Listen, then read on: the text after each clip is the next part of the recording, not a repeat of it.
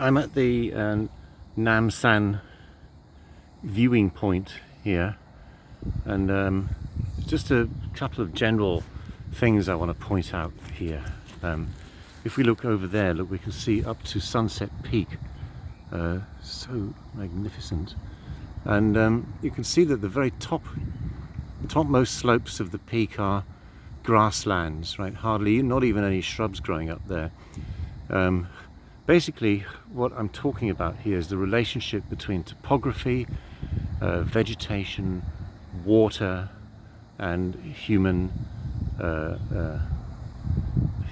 interference. There's a better word for it, but I'll call it interference. So we can see, as you know, I mean, Hong Kong was deforested, several centuries ago, and the forest is growing back. And we can see that the forest is gradually growing back up the lower slopes. It hasn't yet recolonized the top of the mountain, but it's in the process. The forest is beginning to creep back up. There's less of a problem with fire now. I mean, people are not so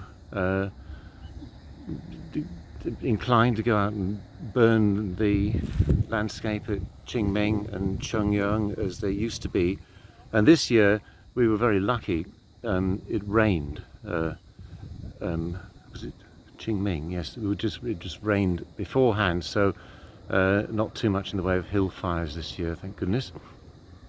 Anyway, the woodland is gradually growing back, but of course, there's less water at the top, more intense sun at the top, it's more windy at the top, so it's drier, and then therefore it can't support woodland yet. But the trees are making their way up there, and they're colonizing gradually. As we look down at the lower slopes, we can see that the woodland is coming back really with a vengeance. And although none of this is old, I mean, none of this is the original woodland. It's all grown back in the last sort of 50 or 60 years. Some of it is planted. Some of those trees there on the slopes are woodland, are plantation woodlands, but a lot of it is growing back naturally by itself. And then, of course, in the valley, that's where you would expect the biggest forest of all, but because that's where the most water is. But it's also because where the water is, that's where the villages were established, that's where agriculture was established, and so the forest is long gone, and the landscape was kept clear and open until relatively recently for the purposes of agriculture. So the original forest would have been massive down there, but it's all long gone, and it can't grow back because that land is privately owned. There's always some pressure for development, and it's also, of course, so it's really wet down there. Some places are so wet that it's waterlogged, and you couldn't, the many trees could not grow very well anyway.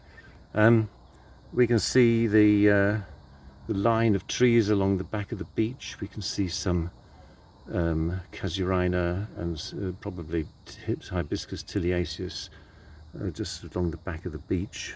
And then in the distance we can see the Soko Islands, and the biggest one there is Daya Chow. So a little bit about the relationship of topography, water, human impact, and vegetation.